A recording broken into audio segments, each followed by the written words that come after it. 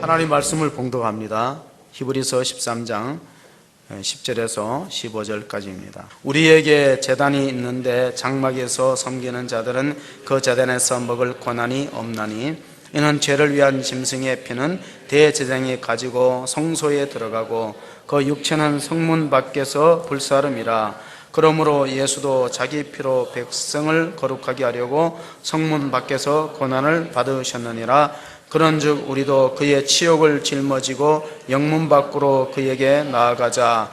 우리가 여기에는 영구한 도성이 없으므로 장차 올 것을 찾나니 그러므로 우리는 예수로 말미암아 항상 찬송의 제사를 하나님께 드리자. 이는 그 이름을 증언하는 입술의 열매니라. 아멘. 카스피 연안에 인구 1000만이 못 되는 아제르바이잔의 작은 나라에 4년 전에 큰 지진이 났습니다. 수잔이라는 어머니가 갓 돌 지난 아기를 안고 가까스레 목숨을 구했는데 콘크리트 더미에 끼어서 비스듬한 콘크리트 더미에서 약간 몸을 움직일 수 있는 정도로 아이를 안고 시간을 보내는데 아이가 계속 배가 고프다고 울으니까 엄마가 젖을 먹였는데 이틀부터는 젖이 나오지 않습니다. 어머니가 먹은 게 없으니까. 그래서 캄캄함 속에서 손을 더듬어서 찾으니까 뭔가 손에 잡히는 게 하나 있었어요. 유리 조각 같은 게 하나 잡히는 게 있어가지고 그 유리 조각으로 자기 손가락을 찔렀습니다. 그랬더니 이 피가 나오는데 돌진한 아이의 입에 물리니까 젖인 줄 알고 그냥 캄캄한 상태에서 빨아먹습니다. 그러나 얼마 못 가서 그것도 피가 나오지 않으니까 다음 손가락을 찔렀습니다. 손가락 5개를 다 찌르고 나서도 애가 계속 배가 고프다가 울으니까 다른 손을 찔러서 그 아이에게 이제 피를 계속 먹이다가 10손가락을 다 찔러서 나중엔 피가 나오지 않고 손가락이 저리기 시작합니다. 그리고 시간도 얼마나 지났는지 혼수 상태에서 탈진 상태에서 깜빡 정신을 잃고 있을 때 구조대원들이 기계 소리와 함께 사람들의 웅성거리는 소리가 들려왔습니다. 어머니는 기절했고 구조대가 들어가서 그 어머니하고 수잔이라는 어머니 젊은 여성하고 돌 지난 아기를 건져냈는데 가장 이상한 것은 아이들은 2, 3일이면 탈수 증세를 보이면서 죽는데 이 아이가 어떻게 열흘 동안 살아있을까 궁금증을 가졌는데 병원에 가서 보니까 그 어머니의 손가락이 거의 손가락이 다 이 유리 조각으로 베어가지고 흐트러진 상태에서 어머니가 기절해 있는 모습을 보고 아이가 살아난 것은 엄마의 피를 먹고 살아났구나 하는 사건들이 있었습니다. 사랑하는 성도 여러분, 이 아이가 아무것도 모르는 아이가 엄마의 피를 먹고 살아난 것처럼 성도들은 오늘날의 성도들은 그리스도의 보배로운 피에 의해서 생명을 얻은 걸 믿으시기 바랍니다. 오늘 그리스도의 보혈 때문에 우리가 죄사함을 얻고 구원을 받은 것입니다. 어느 목사님들이 모이는 세미나에 그 강사 목사님이 이런 말을 한 적이 있어요. 여러분, 만약에 여러분이 마지막 설교를 한다면 어떤 내용으로 설교하시겠습니까? 그러니까 목사님들 한 500명이 대답을 못해요. 저 마지막 설교를 뭘 할 거냐? 여러분 이 설교를 하고 죽는다면은 그럼 마지막 최후의 설교가 어떤 설교일까? 그때 그 세미나 강사가 자기는 예수님의 보혈에 대해서 설교하겠다고 이야기했어요. 그만큼 예수님의 보혈이 중요한데 많은 사람들이 잘 알지 못하는 그런 채 신앙생활을 하는 경우가 있습니다. 새는 죽을 때 그 소리가 가장 슬프고 사람은 죽을 때 그 말이 가장 진실하다고 합니다. 예수님에 관한 기록이 복음서에 있는데 예수님의 마지막 일주일이 복음서의 3분의 1 차지합니다. 예수님의 공생의 3년의 기록이 복음서에 마태, 마가, 누가, 요한에 다 들어있는데 그 예수님의 3년 중에서 마지막 일주일의 행적이 성경의 3분의 1 차지해요. 그만큼 중요하다는 것이죠. 그래서 오늘을 종료주일이라 부르고 다음 주일을 부활주일입니다. 그 한 주간을 고난주간이라고 불렀는데 이 고난주간은 사순절의 마지막 주일이죠. 초대교회는 사순절을 40일 지켰다는 기록이 있어요. 1세기 때. 왜 40일이냐면 예수님의 무덤에 들어있는 시간이 40시간이에요. 그래서 사순절을 40시간을 지키다가 그 후에 교회가 더 성장하고 많아지면서 40일 동안 사순절 절기를 지키고 주일을 뺀 40일간을 지켰어요. 그리고 마지막 오늘 예수님이 예루살렘 성에 입성하였을 때 많은 사람들이 환영하면서 종려나무 가지를 흔들었어요. 그래서 종려주일이라는 이름이 붙었는데 여리고에 가보니까 종려나무가 얼마나 크냐면 전봇대 높이만 해요. 크고 아름들이 그 여리고 성에 종려나무가 많더라고요. 그걸 꺾어서 환영하고 예수님이 나귀를 타고 예루살렘 성에 입성해서 호산나 외쳐서, 호산나는 주여 우리를 구원하소서라는 뜻입니다. 그렇게 외쳤던 그 함성들이 일주일이 못해서 뭐로 바뀌냐면은 십자가에 못 박으소서 바뀌어. 군중심리라는 거 이렇게 조석으로 표현합니다. 예수님은 다윗의 왕으로 오시는 이여 호산나 찬양하던 그 입술이 얼마 못 가서 예수님 십자가에 못 박으시는 외치는 함성으로 바뀝니다. 12년 전에 우리는 사순절 고난주간에 이런 영화를 하나 봤어요. 패션 오브 크라이스트라는 영화를 봤어요. 근데 패션 오브 크라이스트 영화 제작진이 12년 만에 이 고난주간 사순절을 통해서 영화를 하나 개봉했는데 최근 개봉 부활이라는 제목이에요. 저는 보지는 못하고 안산에는 아마 하지 않는 모양인데 한 로마 병사의 시각에서 본 예수님 부활의 이야기를 12년 만에 또 그 제작진들이 발표했어요. 그럼 혹시 그 패션 오브 크라이스트라는 영화를 보면은요, 첫 장면에 이사야서 53장 5절이 뜹니다. 그 첫 장면을 보면은 그가 찌른 것은 우리의 반역죄요 그의 어스러뜨린 것은 우리의 악행이다 이렇게 나오고, 이런 장면이 3장 뜹니다. 그 몸에 채찍에 맞음으로 우리가 성나게 해 주었고 또 그 몸에서 상처를 입음으로 우리가 병을 고쳐주었다. 근데 원래 성경 읽어봅시다. 원문에 있는 성경 같이 읽습니다. 그가 찔림은 우리의 허물 때문이요 그가 상함은 우리의 죄악 때문이라. 그가 징계를 받음으로 우리가 평화를 누리고 그가 채찍에 맞음으로 우리가 나음을 입었도다. 그래서 그 영화가 상영되었을 때 혹평이 쏟아졌어요. 뭐라 했냐면은 패션 오브 크라이스트가 무슨 영화냐, 피의 다큐멘터리라.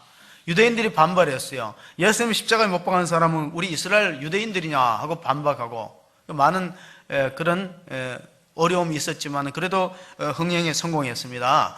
피의 다큐멘터리라는 말은 뭐냐, 예수님이 채찍에 맞아서 피 흘리는 참혹한 장면으로 영화를 시종일관 그렇게 진행되었다는 것이죠. 근데 실제로 그 십자가라는 것이 로마 사람들한테는 처형할 수 없는 사형제도입니다. 그러니까 로마는 자국민들한테는 십자가형을 안 했어요. 바울이 왜 십자가에 죽지 않고 참수를 당했냐면 바울은 로마 시민권을 가지고 있기 때문에 십자가에 죽지 않습니다. 십자가는 이방 민족들을, 특별히 반역죄를 저지르는 사람들에게 내리는 가혹한 형벌로 채찍을 때려서 반 죽게 만들고 그리고 처참하게 공개적으로 처형하기 때문에 당시에 로마 황제들은 식사 중에 십자가 말만 들어도 식사를 안 했대요. 그런 저주와 고통의 공포의 상징인 십자가가 지금은 우리가 자랑스러운 십자가로 바뀌었죠. 종교개혁자 마틴 루터가 이런 말을 했습니다.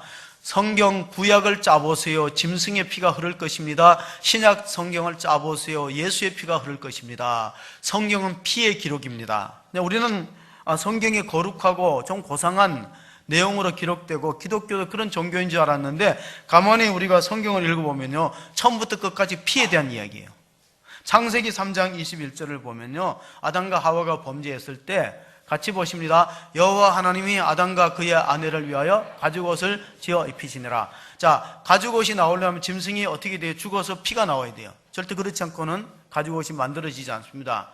또 요한계시록 1장 5절, 성경의 마지막 책에 보면, 요한계시록에 보면 끝부분에 이런 말씀이 있습니다. 마지막 후비에 보면은 우리를 사랑하사 그의 피로 우리 죄에서 우리를 해방하시고, 그러니까 우리가 죄에서 해방된 게 예수의 피 때문에 그렇다는 거예요. 그러니까 성경은 시종일관 피에 대해서 이렇게 강조하는데 우리는 보혈의 능력과 권세에 대해서 눈 감은 채 신앙생활하는 경우가 참으로 많습니다. 피의 중요성은 근대 의학자들이 발견했어요. 한 100여 년 전부터 피가 굉장히 중요하다. 그래서 피는 우리에게 산소를 공급하고 영양분을 운반하고 그리고 노폐물을 제거하고 뭐 여러 가지 이 사람을 건강하게 체온을 유지하는데 피가 결정적이다. 사람의 인체에서 한 70%, 한 6, 70%는 수분이고 그 수분의 피가 주된 성분입니다. 그런데 수천 년 전에 인간의 몸에 피가 얼마나 중요하다는 것을 이미 성경은 밝혔어요. 레위기 17장 11절 보시겠습니다. 한번 같이 봅니다. 육체의 생명은 피에 있음이라 내가 이 피를 너희에게 주어 제단에 뿌려 너희 생명을 위하여 속죄하게 하였느니 생명이 피에 있으므로 피가 죄를 속하느니라. 왜 피로 죄가 속해야 되나 하면 생명의 근본이 피라는 거예요. 그러니까 피가 아니고는 죄가 속죄되지 않는다. 구약 성경에 레위기가 있다면 신약 성경에 히브리서가 있어요. 그러니까 히브리서와 레위기는 서로 아주 밀접한 연관성이 있기 때문에 레위기를 이해해야 히브리서를 이해하고 히브리서를 알아야 레위기를 이해할 수 있습니다. 히브리서 9장 22절을 한번 같이 읽어봅니다. 히브리서 9장 22절 율법을 따라 거의 모든 물건이 피로써 정결하게 되나니 피 흘림이 없은즉 사함이 없느니라. 그러면은 구약 시대는 짐승의 피로 속죄가 이루어졌고 신약은 예수의 피로 우리가 제사함을 얻었습니다.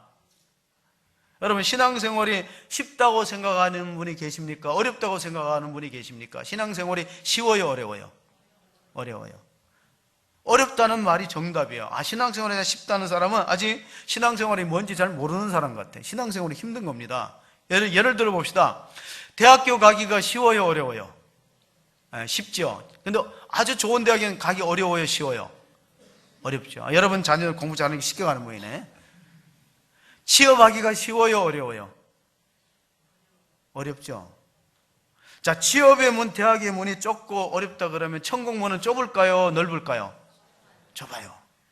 제 얘기가 아닙니다. 마태복음 7장 13절 예수님의 얘기를 한번 들어봅시다. 같이 봅니다. 좁은 문으로 들어가라. 멸망으로 인도하는 문은 크고 그 길이 넓어 그리로 들어가는 자가 많고 생명으로 인도하는 문은 좁고 길이 협착하여 찾는 자가 적음이라.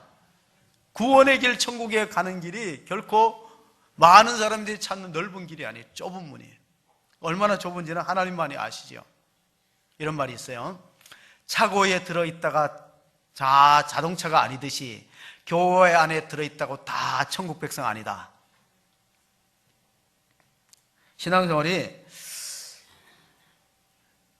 어려운 이유는 영생과 영생을 얻고 부활해서 천국에 영원토록 구원받고 사는 길이 과연 대학교 가는 길보다가 취업하는 길보다 쉬울까 한번 생각해 보세요. 구약시대의 사람들은 구원받기 위해서 십계명 율법을 지켰어요. 근데 하나님은 10가지 계명도 다 못 지킬 걸 알고 십계명을 주고 곧 이어서 출애굽기 34장부터는 성막을 지으라고 계시를 줬어요. 근데 이스라엘 백성들이 우리는 십계명 다 지킬 수 있다고 큰 소리를 쳤는데 하나님은 아세요. 못 지킨다. 안식일을 다 못 지킨다. 그래서 제사를 만들어서 짐승을 잡아서 피를 흘려서 제사 제도를 하라 하고 가르쳤어요.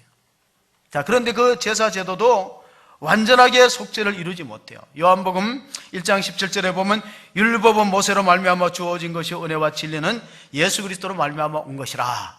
짐승의 피가 속죄 효력이 있는데 유효기간이 얼마라고요? 여러분, 짐승을 가지고 구약시대에 하나님의 성전에서 피를 흘려서 제사를 드려서 유효기간이 있어요. 속죄 유효기간이 길어야 얼마죠? 1년이요. 잘 아시네요.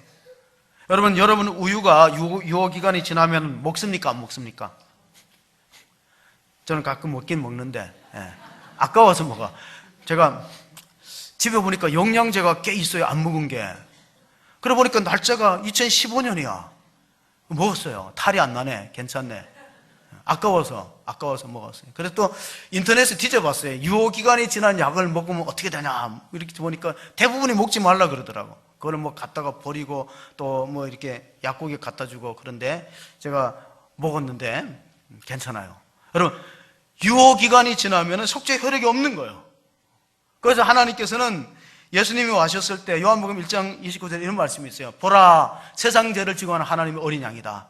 예수님이 뭐라고? 세상의 온 인류의 죄를 짊어지시고 속죄 양으로 예수님 오셔서 유월절 절기에 돌아가셨어요. 예수님이 1년 365일 여러 날이 있는데 왜 하필 이때 유월절에 돌아가셨는가?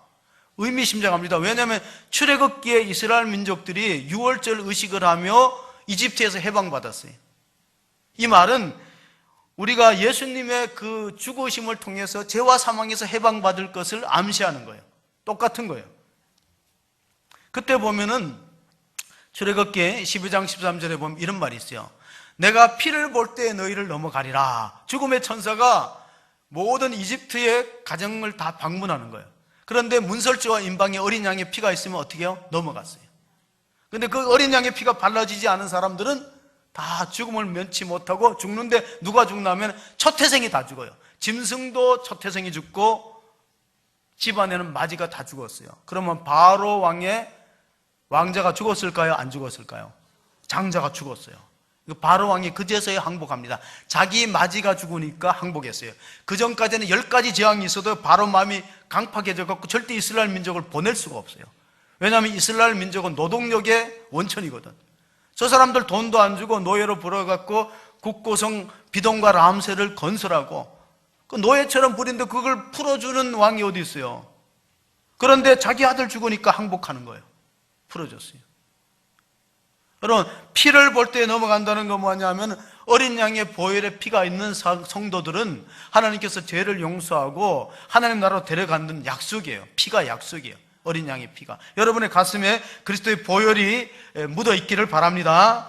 예수님은 마지막 만찬, 유월절 만찬, 최후의 만찬이 유월절 절기를 지키면서 제자들에게 이렇게 말씀하셨어요. 누가복음 22장 20절의 말씀인데 거기에 보면은 저녁 먹은 후에 잔도 그와 같이 하여 이르시되 이 잔은 내 피로 세우는 새 언약이니 곧 너희를 위하여 붓는 것이다.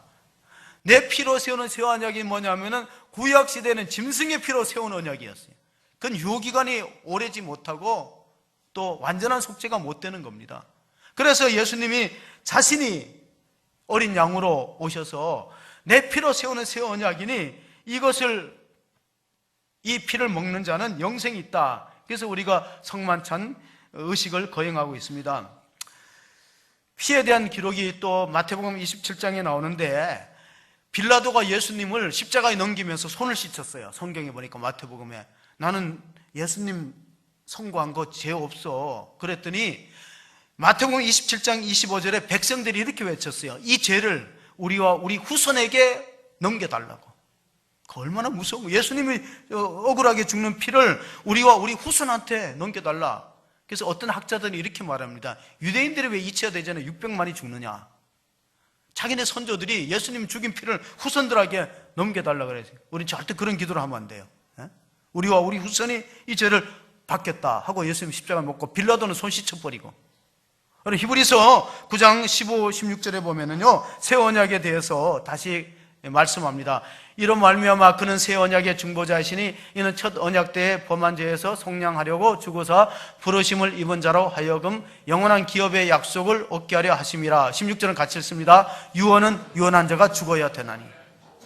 어떤 아버지가 큰 병에 걸려갖고 자식들을 불렀어요. 맏아들한테는 너는 농장을 주마, 둘째한테는 아파트, 집을 넘겨주마, 셋째한테는 내가 가지고 있는 저 부동산을 주마 했는데 죽으면은 이제 받으려고 했는데 기적적으로 살아났어요. 받을 수 있어요? 없어요?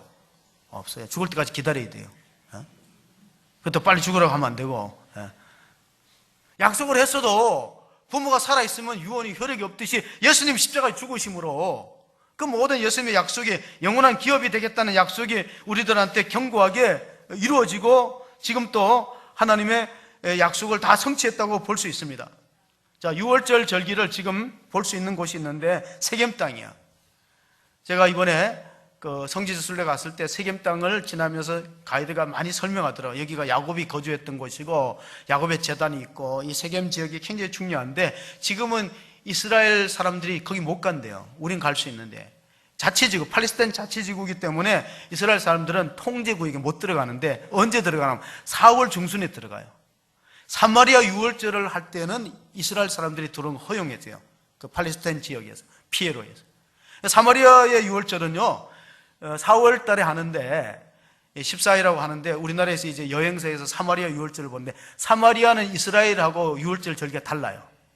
그 지역이 추운 지역이기 때문에 자기네들이 좋은 곡식을 가지고 신에게 제사를 드려야 되는데, 자기네가 이스라엘 사람들하고 똑같이 유월절을 하면 그때는 곡식이 완전히 덜 여물 때니까 한 달 늦췄어요. 모든 걸 한 달 늦춰, 절기를. 그래서 사마리아 유월절을 하면은 그 장소를 지나가 봤는데, 지금 이제 4월 달에 하게 되면 많은 사람들이 구경을 오는데 수백 마리의 양을 죽이는데, 그러니까 유월절에 양을 죽이는 것처럼 똑같이 죽여요. 그리고 염소도 2마리를 선택합니다. 우리가 구약 성경에 보면 하나의 염소는 여호와를 위하여, 하나의 원소는 아사슬을 위하여, 그렇게 제비를, 항아리에 제비를 뽑는데, 제사장들이 항아리에서 제비를 뽑아가지고 아사셀 양의 머리에는 뿔에다가 붉은 천을 매고, 또 하나님의 성전에 바쳐지는 여호와를 위하는 염소에다가는 목에다 붉은 천을 매요. 그게 표시를 합니다. 야, 염소가 똑같으니까 구분이 안 되니까 하나는 목에 매고 하나는 뿔에 매요. 그 목에 매는 거는 성전에 들어와서 목을 빼서 죽여서 하나님께 제사를 피 흘려서 드리고, 아사셀 뿔에 매는 염소는 쫓아냅니다. 저기 광야로, 동쪽 광야 동쪽 편으로 가요. 그러면 짐승의 밥이거나 낭떠러에 떨어집니다. 근데 놀라운 거는요, 그 염소가 붉은 천을 메고 낭떠러지 떨어져 죽었는데 내려가 보니까, 확인해 보니까 붉은 천이 허옇게 바뀌었대. 무슨 뜻이죠? 너희 죄가 진홍같이 붉을지라도 양털같이 희게 하는 하나님 약속이 이루어졌다는 거예요. 왜냐하면 대제사장이 그 염소의 머리에다 안수하고 백성의 죄를 다 이 염소가, 이 속죄 양이 다 짊어지고 가서 희생당하니까 백성의 죄를 용서해 주세요, 그렇게 기도하니까 그런 기적이 일어났습니다. 오늘 본문 한번 읽어봅시다. 13장 12절 같이 읽습니다. 히브리서 13장 12절. 그러므로 예수도 자기 피로서 백성을 거룩하게 하려고 성문 밖에서 고난을 받으셨느니라. 예수님 십자가에 못 박히신 곳이 갈보리 언덕이잖아요. 골고다 산상 갈보리. 그 뭐냐, 예루살렘 성 밖이라는 거예요. 그러니까 아사셀 양처럼 그렇게 성문 밖에 나가서 죽임을 당하는데, 되게 차이가 뭐냐, 번제와 속죄제의 차이가 뭐냐, 되게 성전에서 제사를 드리는 양들은 거기서 피를 흘려서 거기 번제단에서 태워요. 근데 이제 속죄제의 양은 어디다가 태워나면은 짐승을 제사를 드리고 남은 죄를 버리는 곳, 죄를 버리는 곳에다가 거기서 번제, 속죄제로 드리기 때문에 예수님도 우리를 거룩하게 하기 위해서, 자기 피로서 백성을 거룩하게 하기 위해서 성문 밖에, 영문 밖에 가서 십자가에 죽으시는 거예요. 그 예수님의 죽으심에 대해서는 우리가 히브리서 9장 12절에 보면은 짐승의 피하고는 비교할 수 없는 효력이 있다 하는 사실을 약속했습니다. 같이 봅니다. 염소와 송아지의 피로 하지 아니하고 오직 자기의 피로 영원한 속죄를 이루사 단번에 성소에 들어가셨느니라. 만약 예수님이 이렇게 십자가에 피 흘려 죽으시지 않았더라면 지금도 우리가 죄를 용서받으려면 다 짐승을 끌고 와야 돼요. 양을 끌고 오고, 주일날 되면은 저 문에서부터 양을 가져오고, 또 바빠서 급하게 오는 사람은 성전 문에서 저기 속죄 제물을 사야 돼. 비둘기를 사든가 양을 사서 들어와야 돼요. 그러니까 예수님의 죽으심이 얼마나 우리들한테 은혜가 되고 복이 되고 구원의 근거가 된다는 사실을 알 수 있는데, 그런데 불행하게도요, 지금 한국 교인들한테 물어보면은 구원의 확신이 있느냐 그러면은 31%는 확실하게 대답을 안 한대요. 한 70% 가까이는 저는 구원의 확신이 있습니다. 다시 말하면 오늘 밤에 죽어도 내가 천국 갈 수 있습니다 하는 사람은 70%가 안 되고, 나머지 30%는 글쎄요 하고 의문부를 빚겨요. 그런 성도를 뭐라 그러냐면 노미널 크리스찬이라고 불러요. 명목상의 그리스도인. 세계에는 그런 사람들이 많다는 거예요. 한국에 조금 낫다고 해도 한국에도 그래요. 자, 여러분, 구원의 확신을 어떻게 가져요? 내가 정말 신앙생활을 잘하고 내가 정말 거룩하게 살고 죄가 없기 때문에 구원의 확신을 갖습니까? 그런 구원의 확신이 없어요. 피가 있어요. 피. 계속 성경이 강조하는 게 피예요. 피. 자, 마틴 루터가 천주교의 수도사로 있다가 이제 종교개혁을 일으켰잖아요. 1517년에. 그러니까 마틴 루터는 항상 죄의식에 사로잡혀 있는 사람이었어요. 조그만 남을 미워해도 양심의 가책을 느낄 정도로 예민한 사람이에요, 마틴 루터가. 그러니까 항상 이제 고해성사하죠. 신부한테 가서, 자기보다 상급자 신부한테 가서 나는 또 죄를 지었고 죄를 지었고 하루에도. 여러분, 수도 생활하는 사람이 뭐 죄가 많겠어요? 마음속에 일어난 미움, 질투 이런 것도 다 죄로 알고 예민하니까 양심이 가서 했더니 나중에 그 주임 신부가 귀찮아서 이렇게 말했어요. 야, 루터야, 이렇게 자주 오지 말고 제를 못하게 한꺼번에 와라. 번거로우니까. 그가 한번 로마로 성지순례를 갔을 때 스칼라 상타 성계단 교회를 방문했어요. 성계단 교회는 이런 전설이 있어요. 이 대리석 계단을 무릎으로 올라가면 죄사함을 받는다. 그 스칼라 상타 교회는 콘스탄틴 황제 어머니가 세웠어요. 콘스탄틴 황제 어머니가 믿음이 좋기 때문에 그 아들도 결국은 기독교를 인정해 줬다고 볼 수 있는데, 그 헬레나가 빌라도의 법정의 계단을 뜯어 갖고 와갖고 다 운반해 갖고 거기다 로마에다 그 교회를 만들었는데, 성계단교회 스칼라 상타 교회를 무릎으로 올라가고 막 피가 나면은 그러면 죄 용서 받는다. 그러니까 루터가 그렇게 한번 해봤어요. 무릎으로 그 한 계단 올라가니 무릎이 막 아프고 까지고 피가 나는데 죄 사함이 없어요. 근데 마지막 계단에 올라가니까 성경 말씀 하나 생각나요. 로마서 1장 17절에 오직 나의 의는 믿음으로 말미암아 살리라. 그럼 믿음으로 내가 구원을 받는 거지, 이렇게 뭐 피 흘리고 고행을 한다고 수도생활을 한다고 구원받는 게 아니다. 로마서 5장 9절을 보세요. 그러면 우리가 예수의 피로 의롭다함을 받았다. 그러니까 우리는 로마서 1장 17절은 다 알아요. 근데 5장 9절을 보세요. 우리가 예수의 피로 말미암아 의롭다 하심을 받았은즉 하나님의 진노하심에서 구원하심을 얻으리라. 하나님의 진노와 심판을 예수님이 다 온몸으로 감당했으니까, 그러니까 우리가 죄사함을 받고 의롭다함을 인정받는 것입니다. 그러니까 우리가 구원의 근거를 나한테다 맞추면 항상 불안해요. 그런데 나를 위해서 십자가에 피 흘려 죽으실 주님의 때 초점을 맞추면은, 십자가에 초점을 맞추면 확신을 가질 수 있어요. 그 루터가 한 번은 환상 중에 마귀가 나타나서 자기 지은 죄를 다 이렇게 어릴 때부터 지은 죄를 목록을 써서 보여주더래. 너가 이렇게 죄가 많은데 무슨 종교개혁을 일으키고 그렇게 난리냐, 야단법석이냐. 그래 마음이 딱 위축되고 그렇잖아요. 죄의식 때문에. 아, 내가 죄가 이렇게 많구나. 그럴 때 그 루터가 이렇게 말했대. 그렇다. 그러나 예수님이 나를 위해서 십자가 피 흘리고 죽으셨다. 사탄아 물러가라. 외치니까 금방 사라지더래.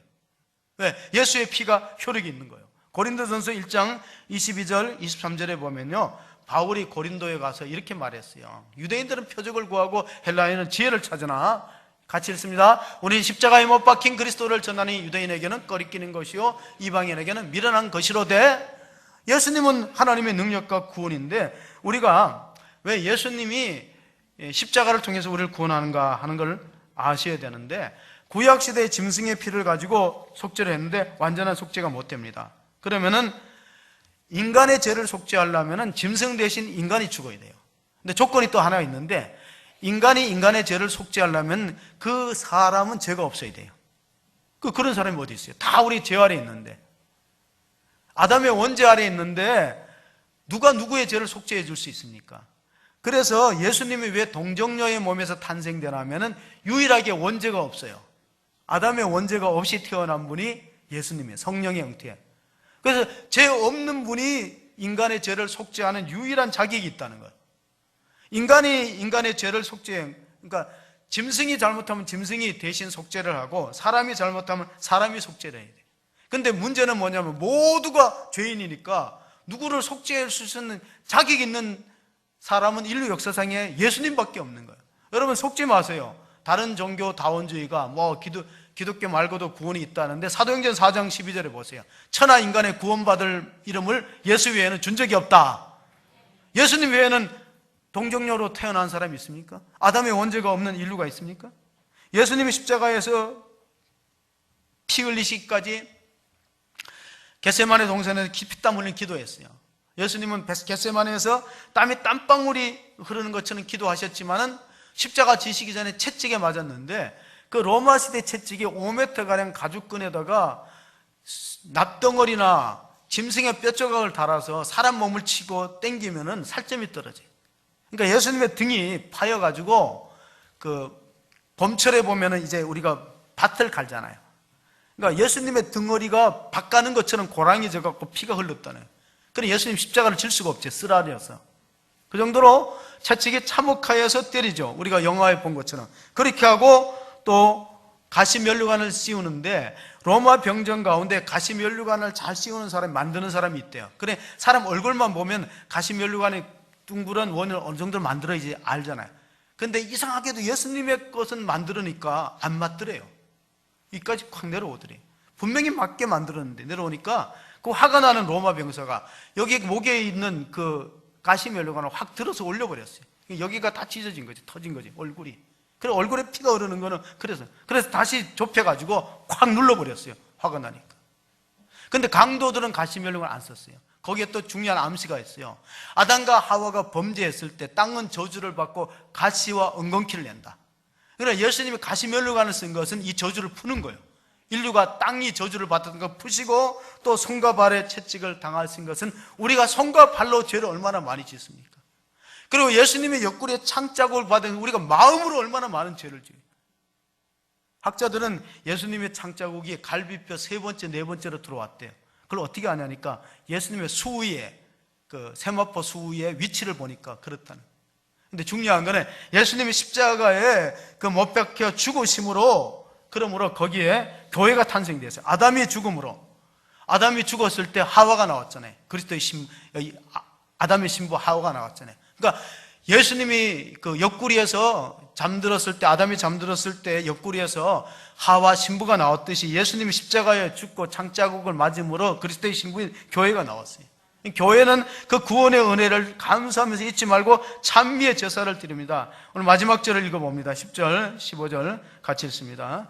그러므로 우리는 예수로 말미암아 찬송의 제사를 드리자. 이는 그의 이름을 증거하는 입술이다. 우리가 히브리서 10장 15절에 보면은 장차 우리에게 이 땅에는 영광 도성이 없고 하나님이 약속한 기업과 나라가 있으니까 그 나라를 위해서 우리는 어떻게 하든지 하나님의 그 보혈, 그리스도의 보혈을 찬미하는 입술의 제사를 드리는 것이 마땅한 성도의 도리라고 말씀합니다. 베드로전서 사도 베드로는 우리가 거듭나고 구원된 것도 예수의 피로 말미암는다. 베드로전서 1장 18절 19절에 우리가 알거니와 너희 조상이 망령된 것에서 조상에 물려준 헛된 행실에서 대속함을 받은 것은 은이나 금 같은 없어질 것으로 된 것이 아니니. 19절 같이 봅니다. 오직 흠없고 점없는 어린 양 같은 그리스도의 보배로운 피로 된 것이니라. 이 보배로운 피를 줄이면 보혈이 되는 것이죠.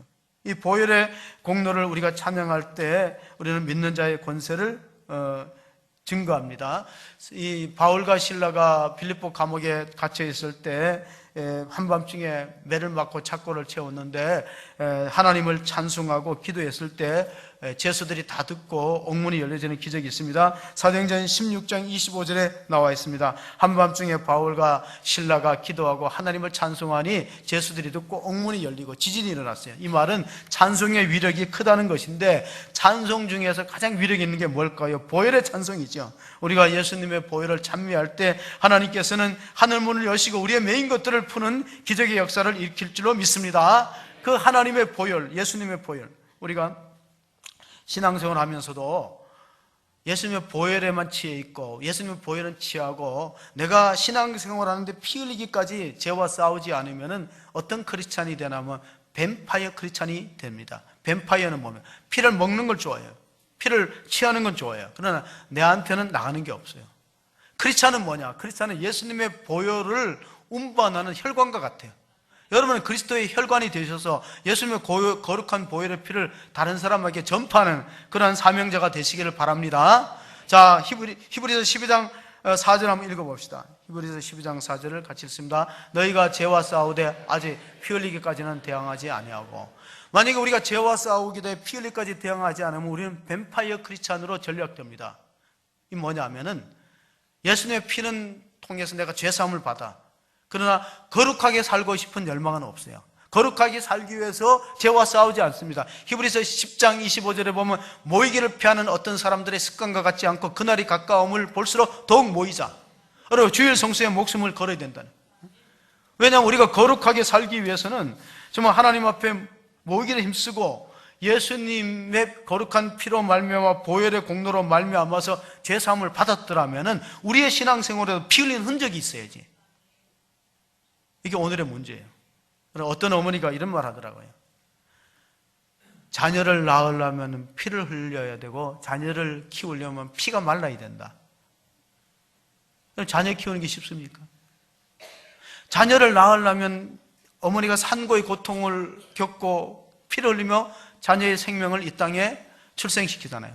자녀를 키우려면 얼마나 애간장이 타고 피가 마릅니까? 한국 교회 문제는 뭐냐면은 자녀를 낳지도 않고 키우지도 않아요. 저부터 이게 큰 문제고 숙제예요.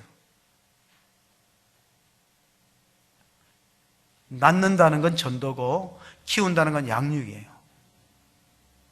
전도하고 양육하지 않으니까, 편하게 다 신앙생활 하니까, 죄와 싸우되 피 흘리기까지 싸우지 않으니까, 거룩해지려고 몸부림을 치고 주의 사명을 감당하기 위해서 영혼을 구원하고 몸부림을 치는 그런 신앙생활이 아니기 때문에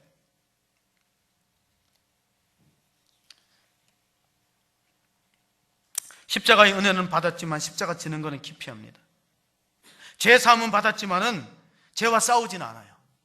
그냥 용서만 받고 죄를 계속적으로 반복적으로 짓고 그냥 용서만 받는 걸로 좋다. 그렇게 되면은 한국 교회의 미래가 어두울 수밖에 없습니다. 이스라엘을 갔더니 가장 먼저 피는 꽃이 뭐냐 하고 설명해 주더라고요. 우리나라에는 뭐 벚꽃이 먼저 피고 그런데 이스라엘은 가장 먼저 피는 꽃이 아몬드 꽃이에요. 아몬드. 근데 아몬드 꽃은 제가 보기에는 살구하고 비슷하게 생겼는데 아몬드래요. 아몬드 열매가 맺히니까 아몬드가 봄을 알리는 전령사래. 이스라엘은 봄을 알리는 전령사가 아몬드래. 아몬드가 피면 봄이 왔다는 거예요. 가장 먼저 피는. 제가 우리 순례팀한테 퀴즈를 하나 했어요. 여러분, 아몬드가 죽으면 뭐가 되는지 아세요? 아몬드가 죽으면 뭐가 돼요? 다이아몬드가 되잖아. 아직도 뭔가 감이 안 잡히네. 다이는 죽는다는 뜻 아니에요. 아몬드가 죽으면 뭐가 된다? 다이아몬드가 돼요.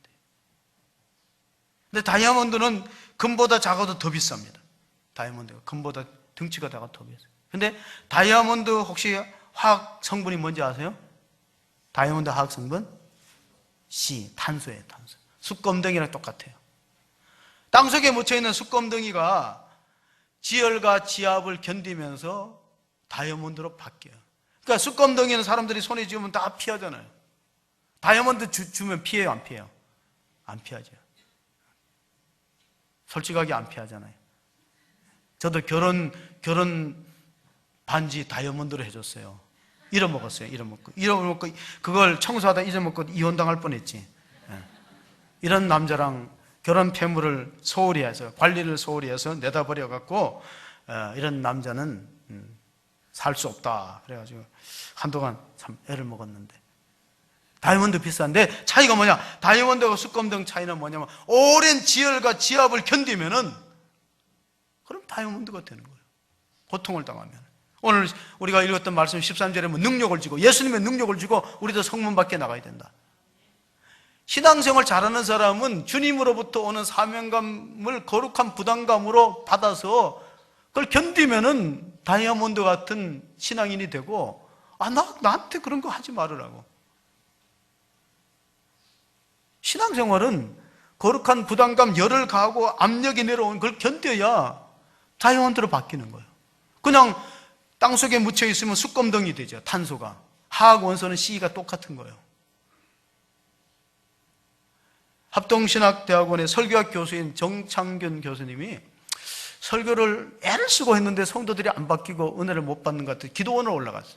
기도원을 가니까 어느 목사님이 좋은 방법을 가르쳐 주더래요. 뭐라고 가르쳐 주냐면은 저기 설교학회에 가입하면은 한 달에 회원으로 6만 원만 내면은 그냥 설교를 다 이렇게 컴퓨터로 쳐가지고 준대. 그러면 설교의 부담에서 벗어나고 그냥 뭐 자유롭게 목회할 수 있는데 왜 이렇게 설교의 부담을 지고 아직도 그렇게 설교의 부담감을 느끼면서 목회를 하시냐고. 그 설교학 교수한테 기도원의 목사님이 좋은 방법을 가르쳐 주더래요. 근데 자기가 이랬대요. 설교를 만드느라고 고생하고 힘들고 부담이 있어도 설교의 부담을 내려놓는 순간 성도들의 영혼은 죽기 시작한다. 그 목사님 보고 그렇게 하지 말라고 일러줬대요. 성도가 교회에서 주는 사명의 부담을 내려놓는 순간 영혼이 죽기 시작하는 거예요. 오랜 지열과 지압을 받고 예수님은 우리를 위해서 십자가에서 목숨까지 버리시고 피를 흘려주셨는데 우리가 그를 통해서 죄사함과 구원과 영생을 얻었다면 우리가 어떻게 신앙생활이 되는가? 사도행전 20장 28절에 보면은 사도 바울이 에베소 교회를 헤어지면서 장로들에게 부탁하는 말씀이야. 에베소 교회를 잘 돌보라고 이렇게 장로들에게 권면의 말씀을 주셨어요. 같이 봅니다. 여러분은 자기를 위하여 또는 온 양떼를 위하여 삼가라. 성령이 그들 가운데 여러분을 감독자로 삼고 하나님이 자기 피로 사신 교회를 보살피게 하셨느니라. 하나님의 피로 사신 교회가 오늘날의 교회. 하나님이 어떻게 피를 흘리셔서 교회를 사는가? 예수의 피는 곧 하나님의 피예요. 예수님이 육체를 가진 하나님이시잖아요. 성육신하신 예수님이 피를 흘려서 값주고 사신 교회는 하나님이 피를 흘리고 값주신 교회에게 거기에 사명자로 감독자로 직분자로 세워지었어요. 그럼 어떻게 신앙생활을 해야 되나요? 내게 닥치는 모든 능력과 억압과 부담을 거룩하게 받으셔야 돼요. 그걸 내려놓는 순간에 우리 영혼은 쇠퇴하고 죽기 시작하는 거예요. 하나님, 내가 이 사순절을 통하여서 주님의 십자가의 보혈의 능력을 다시 체험합니다. 예수의 보혈의 능력이 있도다. 내 모든 죄, 내가 앞으로 지을 죄까지 다 사해 주시는 권세가 있는 것이 예수님의 보혈입니다. 한 번으로서 다 끝내버려요. 한 번, 과거, 현재, 미래를 한 번으로. 그래서 영원한 제사를 드렸다. 히브리서는 그렇게 증언합니다. 그 은혜 속에 우리가 있습니다. 그 예수님의 피 흘리는 보혈의 은혜 속에 살아가는 성도 여러분, 우리는 신앙생활하면서 절대 쉽게 하려는 생각을 버리세요. 대학교 들어가는 힘들고 회사 들어가는 거 힘들고 사업에 성공하는 것도 힘드는데 정말 영생을 얻고 천국에 영원히 살고 부활한 몸으로 영생을 산다는 것이 결코 쉽다고 생각하는 것부터가 잘못된 거예요. 아마 내가 볼 때는 10,000대 1 될까 100,000대 1 될까, 공무원 시험이 만약에 100대 1이라면은 천국에 들어가는 것은 10,000대 1이 될 수도 있어요. 물론 천국에 쉽게 들어가서 상이 다 다를 수도 있지만 하나님의 구원의 역사가 은혜와 자비를 베풀어서 천국에 다 들어가는데 상이 따라서 등급에 따라서 다를 수는 있지만 몰라도 정말 하나님이 원하시는 구원이 결코 쉽지 않다는 거. 죄와 싸우되 피 흘리기까지 싸우면서 주님의 거룩한 부담을 안고 신앙생활 승리하는 성도가 되시기를 주의 이름으로 축원합니다. 아멘. 하나님 아버지, 오늘 고난주간 사순절을 앞두고 사랑하는 성도들이 주님 앞에 나왔습니다. 하나님, 많은 사람들이 주의 제단 앞에 나와서 그리스도의 보혈의 공로로 제사함을 얻고 하나님의 은혜에 감사하고 찬양하지만 우리의 닥치는 자기를 부인하고 자기 십자가를 지고 예수님을 따른 일에는 우리가 얼마나 등한히 했는지를 돌아보고 우리도 그의 그리스도의 치욕을 짊어지고 영문 밖으로 나가서 장차 여기는 영구한 도성이 없습니다. 이 땅은 잠시 후에 우리가 떠날 나그네 행인 같은 길이 오니 우리도 예수로 말미암아 찬송의 제사를 주님 앞에 드리고 그를 증거하는 입술의 열매를 갖는 성도가 되게 하여 주시옵소서. 우리를 통하여 주가는 영혼이 살아나게 하시고 예수님의 보혈의 권세와 능력을 통하여 병 고치는 기적이 일어나게 하여 주시고 또 하나님 예수님의 보혈의 증거됨으로 많은 주가는 생명을 살리는 성도와 교회가 되게 축복하여 주시옵소서. 우리 구주 예수 그리스도 이름으로 기도하옵나이다. 아멘.